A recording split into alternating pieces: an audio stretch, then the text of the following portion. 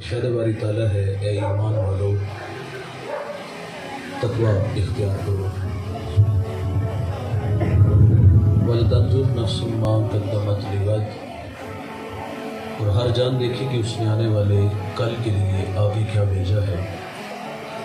وَاتَّقُوا اللَّهَ، تقوی اختیار کرو۔ اللہ تعالیٰ نے یہاں 2 دفعہ تاکید کے ساتھ تقوی کا تذکرہ کیا۔ قرآن مجید میں 55 مقامات پر ہم سے اسی بات کا تقاضا کیا کہ تم تقوی کی دولت سے مالا مال ہو جاؤ۔ تقوی کسے کہتے ہیں؟ علماء کی مختلف آراء ہیں۔ بعض علماء فرماتے ہیں کہ تقوی یہ ہے کہ جہاں مالک نے بندے کو حاضر ہونے کا حکم دیا، بندہ وہاں حاضر ہو جائے، اور جہاں سے اس نے بندے کو غیر حاضری کا حکم دیا، بندہ وہاں سے غیر حاضر رہے، تو فرمایا اس کا نام تقوی ہے۔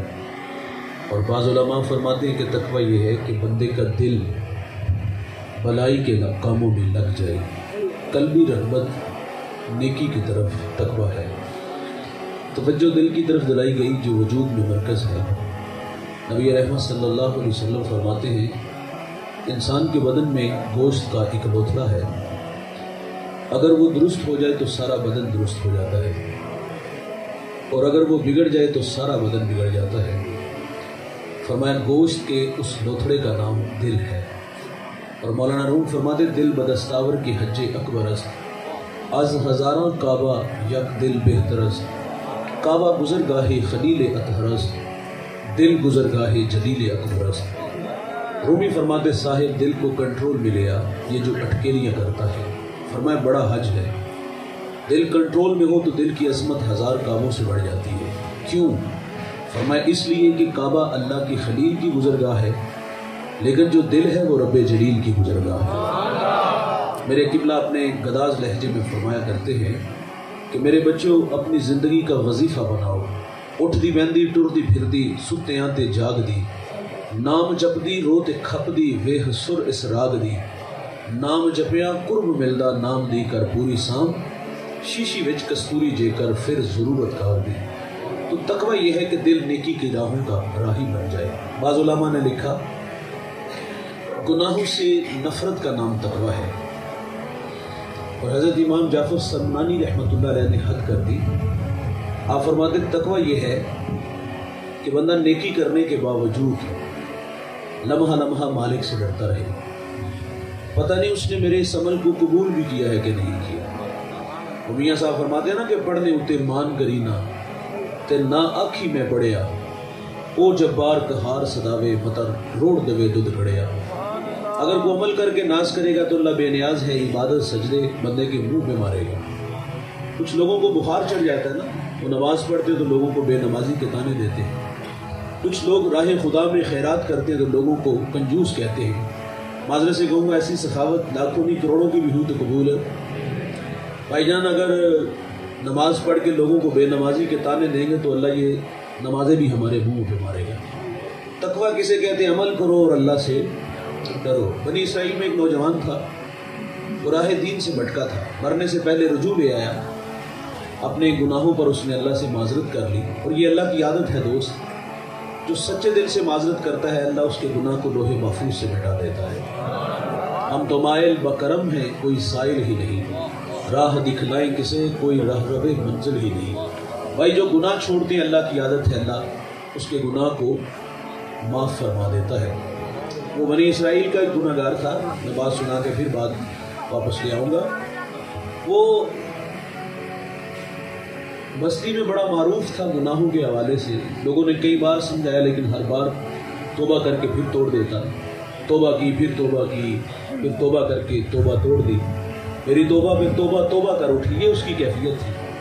لیکن بستی کے لوگوں نے کہا ہمیں خوف آتا ہے کہ کہیں اس کی بدعماریوں کی وجہ سے اللہ کا عذاب ہمارے اوپر نازل نہ ہو جائے۔ انہوں نے دھکے دے کے بستی سے نکال دیا، کہیں جنگل میں ویرانے میں جا بیٹھا، اور بیماری نے بخار نے آ گھیر لیا، زندگی موت سے لڑنے لگا۔ اس نے چاروں طرف نظر اٹھا کے دیکھی تو ہر طرف ہو کا عالم نظر آیا، کوئی اپنا نظر نہ آیا، نہ کو ہمدم نہ کو ہم سفر۔ پھر اللہ سے ہم کلام ہوا، اللہ میری بدعمالیوں کی وجہ سے مجھے شہر والوں نے شہر سے نکال دیا، اور اب میں تنہا ہوں، اور میں نے تیرے نیک بندوں سے سنا ہے کہ تو بڑا رحیم بھی ہے، کریم بھی ہے، میں بیکاری بن کے تیری چوکھٹ پہ حاضر ہوں، اللہ معاف کر دے۔ بس یہ کہتے خاموش ہو گیا۔ سنیے گا، جب یہ کہتے کہتے خاموش ہوا نا، تو اللہ تعالیٰ نے موسیٰ علیہ السلام کی طرف وحی کی کہ میرے دوستوں میں سے میرا ایک دوست دنیا سے چلا گیا ہے، اس کا جنازہ پڑھیے، اور ساتھ اس بستی میں اعلان بھی کر دیں جو اس کا جنازہ پڑھے گا اللہ اس کی بھی مغفرت کر دے گا۔ بستی کے لوگ جنازے میں شامل ہیں اور اس دولہے کی زیارت کے لیے آئے۔ چہرے جب کفن سے نقاب کو ہٹایا گیا تو انہوں نے دیکھ کے کہا کہ اللہ کے نبی یہ تو وہی بدکار آدمی ہے جس کی بدعمالیوں کی وجہ سے ہم نے شہر سے نکالا، آپ اس کو اللہ کا ولی کہتے ہیں، اور ساتھ یہ بھی فرما رہے کہ اس کا جنازہ پڑھنے والے کی بھی مغفرت ہوگی۔ تو موسیٰ علیہ السلام نے اللہ سے کہا مالک قوم کے لوگ اس کے بارے میں اچھی رائے نہیں دے رہے۔ تو اللہ نے فرمایا موسیٰ جو کہہ رہے ہیں وہ ٹھیک کہہ رہے ہیں، اس کی بدعمالیوں کی وجہ سے اس کو شہر سے نکالا گیا۔ تو عرض کیا مالک یہ اعزاز کیسے ملا؟ کہا مالک نے کہا کہ جب سب نے چھوڑ دیا تو اس نے میری دہلیز پہ آ کے سوال کیا، میری رحمت کو آواز دی، کہا میری رحمت نے گوارا نہ کیا۔ اللہ فرماتا ہے موسیٰ اگر یہ کہہ دیتا نا کہ روئے زمین میں جتنے گناہ گار ہیں سب کی مغفرت کر دے تو میں نے اس کے آنسوؤں کے بدلے میں سب کی مغفرت فرما دے دی تھی۔ تو بھائی جان جو سچے دل سے معذرت کرتے ہیں یہ اللہ کی عادت ہے، اللہ معاف کر دیتا ہے۔ مدینہ میں ایک بوڑھا شخص جس نے ساری زندگی جو ہے وہ گانے گائے، فنکار کی عزت فن کے ساتھ ہوتی ہے، فن کمزور ہوا تو کون فنکار کو جانتا ہے؟ بڑھاپا آ گیا اور اب آواز بھی چلی گئی، پہلے آواز تھی تو روٹی بھی چلتی تھی۔ جنت البقیع میں بیٹھ کر کے اللہ سے عرض کرتا ہے مالک جب تک آواز تھی تو روٹی چلتی تھی، اب آواز گئی تو اب تو میرا گانا بھی نہیں سنتا، اور یہ اللہ سے عرض کرتا ہے یا اللہ آج کے بعد گانا نہیں گاؤں گا، آج کے بعد گناہوں سے معذرت چاہتا ہوں، میرے لیے کوئی رزق کا بندوبست کر دے۔ حضرت عمر مسجد نبوی میں ماہو استراحت تھے، خواب میں آواز آئی کہ میرا ایک بندہ مجھے بقیع کے قبرستان میں پکار رہا ہے، اس کی مدد کو پہنچو۔ ننگے پاؤں ننگے سر حضرت عمر نے دوڑ لگا دی، قدموں کی آہٹ سنی تو اس نے پیچھے پلٹ کے دیکھا تو حضرت عمر تھے، کہتا مالک آج عمر کے غضب سے بچا لینا۔ دوڑنے لگا تو حضرت عمر فرماتے رک جو، میں خود نہیں آیا، مجھے کسی نے بھیجا ہے۔ کہا کس نے بھیجا ہے؟ کہا جسے تو ابھی ابھی پکار رہا تھا۔ وہیں بیٹھ کے رونے لگا، کہا مالک ساری زندگی تجھے بھلائے رکھا، آج اپنے پیٹ کے لیے تجھے پکارا تو تو نے عمر کو میری مدد کے لیے بھیج دیا۔ بس ایک چیخ ماری، جان جانے آفرین کے سپرد کی، اور پھر حضرت عمر نے اس کا جنازہ بھی پڑھا اور اپنے ہاتھوں سے قبر میں بھی اس کو اتارا تھا۔ بھائی جان جو سچے دل سے معذرت کرتے اللہ معاف کر دیتے ہیں۔ وہ بنی اسرائیل کا گناہ گار جس کا میں نے تذکرہ چھیڑا، اس نے ساری زندگی گناہ کیے لیکن مرنے سے پہلے رجوع لے آیا، اور اللہ معافی مانگنے والوں کو معاف کرتا ہے۔ سنیے گا، اس نے برے دوست چھوڑے، بری مجالس چھوڑی، دل میں شوق پیدا ہوا کہ میں چند دن کسی نیک بندے کے قدموں میں گزارا ہوں۔ وہ کہتے ہیں نا کہ چنگیاں دے لڑ لگیاں میری چولی پھل پہ، مندیاں دے لڑ لگیاں میرے اگلے بھی ڈل گئے، اور چنگے بندے دی صحبت یارو جویں دکان اتارا، سودا پاویں مل نہ لئیے ہلے آن ہزارا، اور برے بندے دی صحبت یارو جویں دکان لوہارا، کپڑے پاویں کنج کنج رکھیے جن کا پین ہزارا۔ اور امی فرماتے صحبت سالے ترا سالے کنات، صحبت تالے ترا تالے کنات۔ اچھی صحبت اچھا، بری صحبت انسان کو برا بنا دیتی ہے۔ اس کے دل میں شوق پیدا ہوا کہ میں چند دن کسی نیک بندے کے قدموں میں گزارا ہوں۔ اس کی بستی کے بالکل پڑوس میں ایک پہاڑ، اور پہاڑ کے دامن میں ایک اللہ والا تھا جس کی زندگی کا ورد وظیفہ اس کی یادیں تھی، دکھی دل کو اس کے نام سے تسکین دیتا تھا، اطراف میں اس کی شہرت بڑی اچھی تھی۔ اس کے دل میں شوق پیدا ہوا کہ میں چند دن اس کے قدموں میں گزارا ہوں۔ سنیے گا بھائی، وہ چلا گیا، ماضی کے اوراق پلٹے، من کی ساری باتیں کہی، معقول آدمی نہیں، بھٹکا بھی ہوں، الجھا بھی ہوں، لیکن تیرا نام سنا اور چند دن تیری رفاقت میں گزارنا چاہتا ہوں۔ بھول ہوگی بھائی، تھا وہ نیکوکار، تھا وہ شب زندہ دار۔ اس نے کیا کیا؟ نفرت کی اس سے، اس کو دھکا دے کے کہتا ہے پلٹ جا، کہیں تیری بدعمالیوں کی نحوست میرے اوپر نہ پڑ جائے۔ وہ پلٹ رہا تھا، سینے میں دل کانپنے لگا، آنکھیں برسنے لگی، قدم لڑکھڑانے لگے، من کی دنیا میں ڈوب کے کہتا ہے اللہ تیرے بندے نے دھکے دیے، تیرے بندے نے جھٹلایا، لیکن میں تیری رحمت سے مایوس نہیں پلٹ رہا۔ وہ پلٹ رہا تھا، خدا قہر و جلال میں آ گیا، وقت کے پیغمبر کی طرف وحی کی، فرمایا جاؤ اس نیکوکار کے پاس، اس کو میرا پیغام دو کہ تیرے اس رویے کی وجہ سے میں نے تیری ساری زندگی کی کمائی غارت کر دی ہے۔ پڑھنے اتے مان کرینا تے نہ آکھی میں پڑھیا، او جبار کہار صداوے متا روڑ دوے دودھ کڑیا۔ فرمایا میرے پیغمبر اسے بھی ڈھونڈو جو شکستہ دل لے کے جا رہا ہے، اس کو میرا پیغام دو کہ تیرے حسن اعتقاد کی وجہ سے تیرے مالک نے تجھ سے درگزر فرمایا ہے۔ عمل کر کے ڈرنے کا نام تقویٰ ہے۔ ہم تو معذرت سے کہوں گا ہمارے رویے چغلی، غیبت، حسد، کینہ کی آگ لگی ہوئی ہے، اور لیکن ساتھ ساتھ میں نے عرض کیا کہ بخار بھی ہمیں چڑھا ہوتا ہے، ہم کسی کو قبول ہی نہیں کرتے۔ تو بھائی جان تقویٰ عمل کر کے ڈرنے کا نام ہے۔ آپ اسلاف کی زندگیوں کا مطالعہ کرو، قد دیکھیے گا کتنے بڑے بڑے ہیں اور وہ اللہ سے کس قدر ڈرنے والے ہیں۔ میں نے ایک شخص کو ایک بار نہیں 1000 بار بیان کیا، جب بھی نام لیتا ہوں لہجہ میٹھا ہو جاتا ہے۔ مختصر سا تعارف آپ لوگوں کے سامنے رکھوں گا اور پھر ان کا تقویٰ بیان کروں گا۔ سنیے گا بھائی، وہ اس امت کا پہلا صوفی بھی ہے، صحابی بھی ہے، وہ راست رو بھی ہے، وہ راست گو بھی ہے، وہ معاملات دنیا کو سلجھانے کا ڈھب اور سلیقہ بھی جانتا ہے۔ میرے نبی نے اس جوان کی تعریف کی، فرمایا میں نے جس کو بھی دین دیا اس نے تعامل سے، تردد سے کام لیا، لیکن فرمایا ابو بکر وہ جوان ہے، میں نے دین دیا اس نے جھولی میں ڈال لیا۔ یار وہ اتنا بڑا آدمی ہے۔ میرے نبی غزوہ تبوک کے موقع پر فنڈ کا اعلان کرتے ہیں، ہر ایک نے اپنی اپنی استعداد کے مطابق دیا، لیکن جب ابو بکر کی باری آئی نا، ٹاٹ کا خرقہ پہنا، کانٹوں کے تکمے لگائے، حضور کی خدمت میں حاضر ہوئے۔ میرے نبی کو یہ ادا پسند ہے، اللہ نے جبریل علیہ السلام کو بھیج دیا کہ آج میرے محبوب کی چوکھٹ پہ حاضر ہو جاؤ، لیکن فرمایا جانا اس طرح جس طرح ابو بکر گئے ہیں۔ ٹاٹ کا خرقہ پہنو، کانٹوں کے تکمے لگاؤ، جبریل حاضر ہیں۔ میرے نبی فرماتے جبریل آج کس ادا میں آگے؟ عرض کی آج کی ادا جو ابو بکر نے اپنائی ہے وہ اللہ کو بڑی پسند آئی ہے۔ اتنا بڑا نام اقبال خراج پیش کرتا ہے، وہ کہتا ہے ذرائے عشق نبی از حق طلب، سوز صدیق و علی از حق طلب، روح را جز عشق او آرام نیست، عشق کو روزیست پورا شام نیست، ہر کے عشق مصطفیٰ سامان اوست، بحر و بر در گوشائے دامان اوست۔ اقبال کہتے ہیں جوانوں اللہ سے اگر کچھ مانگنا ہے تو نبی کے عشق کا ایک ذرہ مانگو، اور اگر سوز مانگنا ہے تو ابو بکر والا مانگو، مولا علی والا مانگو۔ کبھی اقبال کہتے ہیں مالک تڑپنے پھڑکنے کی توفیق دے، دل مرتضیٰ سوز صدیق دے۔ کتنا بڑا نام ہے یار، اور سنیے گا ان کا تقویٰ کتنا بڑا قد ہے۔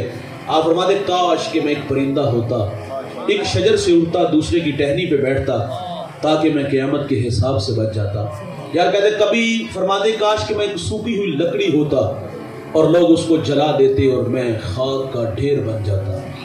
عمل کر کے ڈرنے کا نام تقویٰ ہے۔ 39 لوگ ایمان لائے، 40واں جوان ایمان لاتا ہے تو ناروں کی گونج میں اس کا استقبال ہوتا ہے۔ وہ جن گلیوں سے گزرتا ہے شیطان رستہ بدل لیتا ہے۔ میرے نبی فرماتے میرے بعد اگر کوئی نبی ہوتا تو یہ جوان ہوتا۔ 23 لاکھ مربع میل کا حاکم ہے، عشرہ مبشرہ میں سے ہیں، عید کا دن اور آنکھیں چھم چھم برس رہی ہیں۔ کسی نے کہا حضرت آج تو عید کا دن ہے اور آپ رو رہے ہو، فرمایا عید اس کی جس کے روزے قبول ہوئے، جس کے قبول نہیں نہ ہوئے اس کے منہ پہ مارے جائیں گے۔ یار کبھی بچوں کو جمع کر کے کہتے بچوں میرے لیے دعا کیا کرو، اللہ مجھے معاف کر دے۔ حضرت عمر کی جو نا وہ بیٹے کی گود میں سر ہے اور سانسیں ٹوٹ رہی ہیں، اور بیٹے سے کہتے ہیں بیٹا میرا سر زمین پہ رکھو۔ عرض کیا ابا جان خیریت؟ فرمایا بیٹا میں اپنا سر اس لیے زمین پہ رکھا کہ میں اپنا چہرہ مٹی میں ملنا چاہتا ہوں تاکہ میرے خدا کو میرے حال پہ رحم آ جائے۔ حذیفہ بن یمان یہ حضور کے رازدان ہیں۔ حضور جو کان میں بات کہتے تھے وہ حضرت حذیفہ کے کان میں کہتے تھے۔ میرے نبی نے مدینہ کے منافقین کے نام بتائے تھے۔ صحابہ کہتے جس جنازے میں حذیفہ ہوتے ہم جان جاتے یہ کوئی مومن ہے، اور جس جنازے میں حذیفہ نہ ہوتے ہم جان جاتے یہ کوئی منافق ہے۔ حضرت عمر کا دور ہے اور آپ حذیفہ بن یمان کو فرماتے حذیفہ میں تمہیں خدا کا واسطہ دے کے کہتا ہوں، حضور نے جو تمہیں منافقوں کے نام بتائے ہیں ان ناموں میں کہیں عمر کا نام تو نہیں آتا۔ اس کو تقویٰ کہتے ہیں بھائی۔ یار سنیے گا، ایک شخص آئینے کے سامنے کھڑا ہے اور اس نے داڑھی میں سفید بال دیکھے تو رونے لگا۔ جانتے ہیں یہ کون شخص ہے؟ یہ وہ شخص ہے جس کو میرے نبی نے دنیا میں 11 مرتبہ جنت کی بشارت دی ہے۔ یہ وہ شخص ہے جس سے فرشتے حیا کرتے ہیں۔ یہ وہ جوان ہے، میرے نبی فرماتے میری 40 بیٹیاں بھی ہوتی تو میں ایک ایک کر کے عثمان کے نگاہ میں دے دیتا۔ اتنا بڑا آدمی یار آئینے کے سامنے کھڑا ہے، داڑھی میں سفید بال دیکھے تو رونے لگے۔ کہا حضرت کیا ہوا؟ کہا موت کی نشانی آ گئی ہے۔ لیکن عثمان نے ابھی قبر کی تیاری نہیں کی۔ تقویٰ کہتے کسے عمل کرو اور اللہ سے۔ سعدی شیرازی فرماتے ایک شخص اللہ کے گھر میں سنگ ریزوں پہ سر رکھ کے رو رہا تھا اور کیا کہتا ہے اللہ مجھے قیامت کو اندھا اٹھانا، لوگوں کے سامنے شرمندہ نہ کرنا۔ یہ درد میں ڈوبی ہوئی آواز کسی گناہگار کی تھی، کسی یوگنہار کی تھی؟ کوئی میرے جیسا نالائق گناہوں کا بوجھ اٹھا کے 7 سمندر پار گیا، گناہ یاد آئے تو رونے لگا۔ گدھا اگر عاجزی کرے تو اس کی عاجزی نہیں ہوتی دوست، اس کی عادت ہوتی ہے۔ میرے جیسا شخص جا کے کہے اللہ اندھا اٹھانا، شرمندہ نہ کرنا، تو بات سمجھ میں آتی ہے۔ لیکن وہ شخص جو بار بار اپنے مالک سے ایک ہی عرض کرتا ہے کہ یا اللہ مجھے شرمندہ نہ کرنا، جب آگے بڑھ کر دیکھا گیا تو جانتے ہو کون تھا؟ وہ وقت کا شیخ عبد القادر جیلانی تھا۔ والذین یبیتون لربہم سجدا وقیاما، یہ وہ جوان ہے جس کی راتیں کبھی سجدے میں تو کبھی قیام میں گزرتی ہیں۔ یہ وہ جوان ہے جس نے 40 سال عشاء کے وضو سے فجر کی نماز پڑھی ہے۔ یہ وہ جوان ہے جس نے 15 سال ہر شب میں ایک مرتبہ قرآن مجید کی تلاوت کی ہے۔ کتنا بڑا آدمی ہے یار، اور اللہ کے گھر میں کس حالت میں پائے گئے؟ یہاں رکیے گا، ایک پیغام دے کے آگے بڑھوں گا۔ اللہ کے گھر میں تڑپتے پائے گئے۔ عبداللہ ابن مبارک ایک بہت بڑے محدث، بہت بڑے فقیہ، طواف کعبہ کر رہے ہیں، لبیک کہا، وہیں گر گئے۔ لوگوں نے آب زمزم چھڑکا، ہوش آیا تو سوال کی حضرت یہ طبیعت میں طوفان کہاں سے آیا کہ ہوش اڑا کے لے گیا؟ آپ فرماتے جب میں نے لبیک کہا نا تو مجھے ڈر لگا کہ کہیں لا لبیک کی آواز نہ آ جائے۔ یار ایک شخص ملتزم سے لپٹا ہے اور چہرے پر نقاب کیا ہوا ہے اور اپنے مالک سے کیا کہتے ہیں؟ اللہ تیرا مجرم تیری دہلیز پہ حاضر ہے، اور ساتھ اظہار کیا کہتے ہیں؟ اللہ درختوں کے اتنے پتے نہیں جتنے میرے گناہ ہیں، ریت کے اتنے ذرے نہیں جتنے میرے گناہ ہیں، اے اللہ مجھ سے درگزر فرما۔ لوگ اپنی دعائیں بھول کر کے اس کے لیے دعائیں کرنے لگے، اور اللہ سے عرض کرتے ہیں مالک اگر ہمارا آنا تیرے بارگاہ میں قبول ہے تو اس گناہگار کی مغفرت کر دے۔ غش کھا کے زمین پہ گرا، ہوش آیا تو پھر ملتزم سے لپٹا ہے اور بار بار یہی کہتے ہیں اللہ اتنے گناہ میرے ہیں کہ اتنے ریت کے ذرے نہیں، درختوں کے پتے نہیں جتنے میرے گناہ ہیں۔ کسی نے کہا ذرا جوان اپنے چہرے سے نقاب تو ہٹا۔ جب چہرے سے نقاب ہٹا تو جانتے ہو وہ کون تھا؟ وہ حضرت امام زین العابدین رضی اللہ تعالیٰ عنہ تھا۔ بھائی جان اللہ کے گھر میں ہمارے اسلاف کس حالت میں پائے گئے؟ تڑپتے پائے گئے۔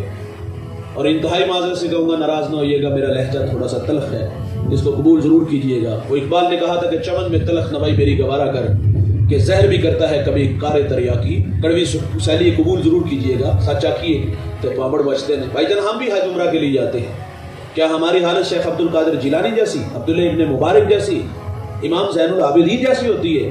بھائی جان یہ تو بڑے معقول لوگ تھے، ان کی صحبت میں بیٹھنے والے لوگ واصل باللہ ہوتے تھے، جنازے اٹھتے تھے، لیکن اس کے باوجود بھی یہ اللہ کے گھر میں کس حالت میں پائے گئے؟ تڑپتے پائے گئے۔ ہم بھی گئے حج عمرہ کے لیے، تو کیا ہماری حالت ایسی ہوئی؟ ہمیں تو زیادہ ڈرنا چاہیے تھا نا، ہم تو واقعی کندھوں پہ گناہوں کا بوجھ اٹھا کے جاتے ہیں۔ ہمیں تو خوف آنا چاہیے تھا کہ کہیں جدہ ایئرپورٹ سے نہ دھلکار دیے جائے کہ میری پاک سر زمین پہ ان کے گندے قدم نہ لگے۔ سنائیے میں عرض کروں گا میرے بھائی، جب اللہ کے گھر میں ہم گئے تو کیا جب اللہ کے گھر میں داخل ہوئے، مطاف میں ہم حاضر ہوئے تو کیا آنکھیں آنسوؤں سے بھری تھی؟ غلاف کعبہ سے لپٹے اور ماضی کی تلخیوں پہ جی بھر کے روئے؟ معذرت سے کہوں گا ہمارے رویے کیا ہوتے ہیں؟ ہم جو ہی اللہ کے گھر میں داخل ہوئے اور بیت اللہ پہ نظر پڑی، جیب سے موبائل نکالا، تصویر بنائی اور اس کو فیس بک پہ ڈال دیا۔ ایک ہاتھ دیوار کعبہ سے اور دوسرے ہاتھ سے تصویر بن رہی ہے، اور گزرتے لوگوں کے لوگ ترلے کرتے ہیں بیت اللہ کی طرف منہ کیا ہے، دعا والی ہدایت بنائی ہے، مصنوعی ہاتھ اٹھے ہیں، دعا مانگ نہیں رہے، اور گزرتے لوگوں سے تقاضا ہوتا ہے کہ میری تصویر بناؤ۔ کہاں کھڑے ہیں بھائی جہاں اللہ کی 120 رحمتیں اتر رہی ہیں؟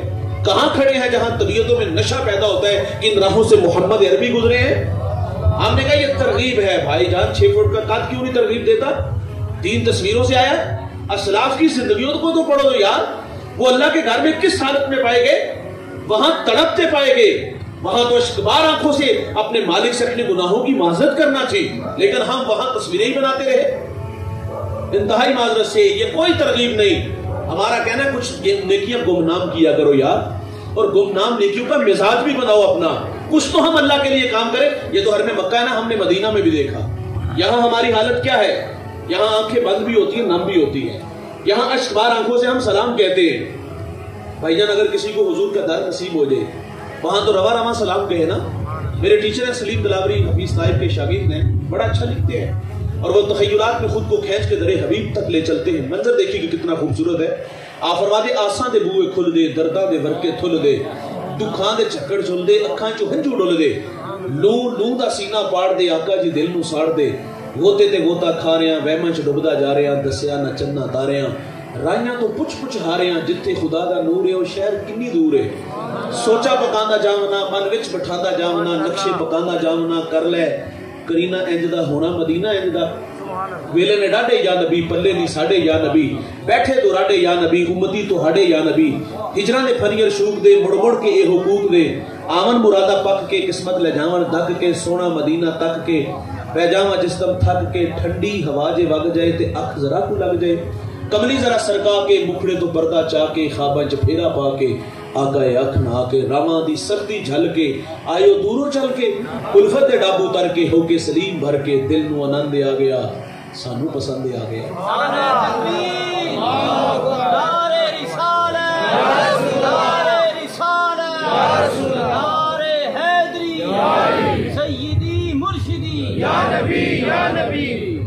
کرم فرماؤ ساڑھے تے حبیبی یا رسول اللہ مدینے آؤں نہیں دیندی غریبی یا رسول اللہ. بھائی جان یہاں جذبات ہے, یہاں کیفیات کا ایک جہان ہے.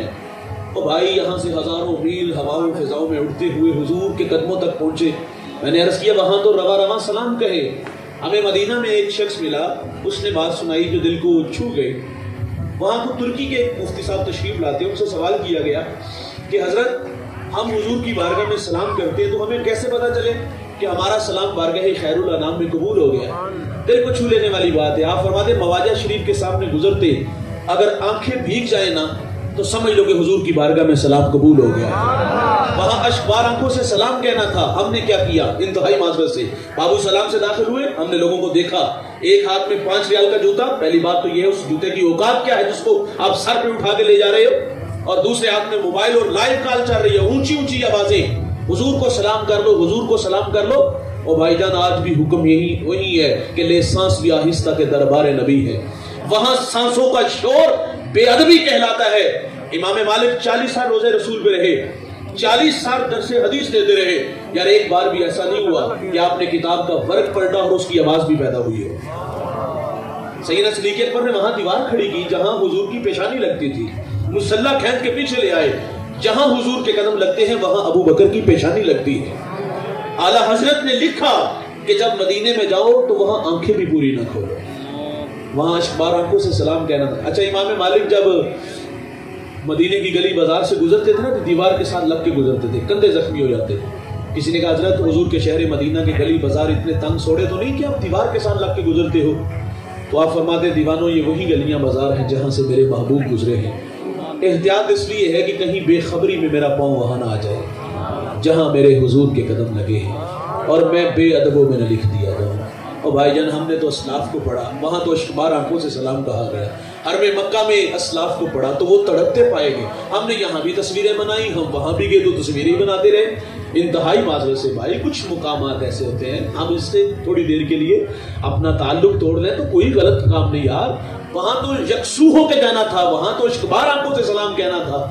تو تقویٰ یہ ہے شیخ عبد القادر جیلانی اللہ کے گھر میں تڑپتے پائے گئے اور کیا کہتے ہیں اللہ مجھے قیامت کو اندھا اٹھانا, اپنے بندوں کے سامنے شرمندہ نہ کرنا. تو تقویٰ یہ ہے دوست عمل کرو اور اللہ سے ڈرو. آگے ارشاد فرمائے ہر جان دیکھے گی اس نے آنے والے کل کے لیے آگے کیا بھیجا ہے. یہ خطاب مجھے بھی ہے اور آپ کو بھی ہے. میری زندگی کے تقریباً 38 سال گزر گئے, آپ میں سے کسی کے 25 گزر گئے ہوں گے, کسی کے 50, کسی کے 20. بھائی جان زمین کی عدالت آپ بھی لگاؤ میں بھی لگا لیتا ہوں. منانم کہ من دانم اچھی طرح جانتا ہوں یہاں کیا ہوں اور نجی زندگی کیسی ہے. آپ بھی اپنے آپ کو اچھی طرح جانتے ہو کہاں کھڑے ہو بھائی. ہم سے تقاضا ہے مستقبل کے لیے آگے کیا بھیجا ہے. دنیا ہے نا بھائی, مستقبل روشن نہیں تو محنت تو ہے. کتنی محنت, 8 گھنٹے نہیں 18 گھنٹے. پردیس کے دھکے بھی ہیں. اور یہ محنت کیوں ہے کہ میرا گھر ہمسائے کے گھر سے بڑا گھر اور ہمسائے کے گھر میں کھڑی گاڑی سے بڑی گاڑی. یہ خواب دیکھتے دیکھتے ہم بوڑھے ہو گئے یار, زندگی انہی راہوں پہ گزار دی. ہم یہ نہیں کہتے بڑا گھر نہ بناؤ, ہم یہ نہیں کہتے بڑی گاڑی نہ لو, ضرور لو یار. کیا صرف ہم گاڑیاں بنگلے بنانے آئے ہیں؟ دنیا کے لیے تو اتنی محنت کی تو آخرت کے لیے انتہائی معذرت سے کہوں گا ہم نے لوگوں کے رویے دیکھے پڑے ہیں, لوگ بے نیاز پائے گئے. یہ جہاں مٹھا اگلا کس نے ڈٹھا, آئے گی تب وکھی جائے گی. جسے کوئی بات نہیں آتی وہ یہ ضرور بات کرے گا مولوی بخشے گئے تسی بھی بخشے جائیں گے. اس کتاب کا حوالہ ہے بھائی, ہم نے اپنی قبر میں جانا ہے, آپ نے اپنی قبر میں جانا ہے. اندھے کے ہاتھ میں چراغ ہو, چراغ کا کام راستہ دکھانا. اندھا استفادہ نہیں کرتا, نہ کرے آپ کر لو. سادی کہتے ہیں نصیحت دیوار پہ لکھی ہے, بات اچھی ہے وہ قبول نہیں کرتی, نہ کرے آپ کر لو. ہم نے کبھی مولوی لا کے کھڑا کر دیا, کبھی ہم نے کہا ایک ڈبکی لگے گی اور جان چھوٹ جائے گی. بھائی جان یہ ڈبکی کہاں لگے گی, کچھ جناب میں ڈبکی لگے گی. اب تو راوی بھی بالکل خشک ہو گیا, اگر پانی ہو تو کیا راوی میں ڈبکی لگے گی؟ مسجد نبوی ہے, دھماکے کی آواز آئی. میرے نبی صحابہ سے فرماتے جانتے یہ آواز کیسی تھی؟ عرض کی اللہ رسول بہتر جانتے ہیں. رہنمائی فرمائے 70 سال پہلے جہنم میں ایک پتھر پھینکا گیا تھا, آج گہرائی میں پہنچے ہیں. 70 سال جاتے لگے تو بھائی 70 سال آتے بھی تو لگیں گے. ایک ڈبکی کتنے سال کی؟ 140 سال کی ڈبکی. اور آج کا جوان بڑی ڈٹائی سے کہتے ہیں ڈبکی لگے گی. جان چھوٹ جائے گی. دنیا کی آگ کی عادت جلا کے خاک کرنا، لیکن جہنم کی آگ دوست تارکول کی طرح ہوگی، لوہ کی طرح ہوگی، جو جسموں کے ساتھ ہی چشمہ ہوگی، وہ تو جان بھی نہیں چھوڑے گی. ہم آخرت کے معاملے میں لوگوں کو بے نیاز دیکھا. بھائی جان مزے ہیں تو حساب دینا پڑے گا. وہ ایک گڑیا تھی نا، وہ بادشاہ کے لیے پھولوں کی سیج سجاتی تھی، 1.25 من پھول لگتے، بادشاہ آتا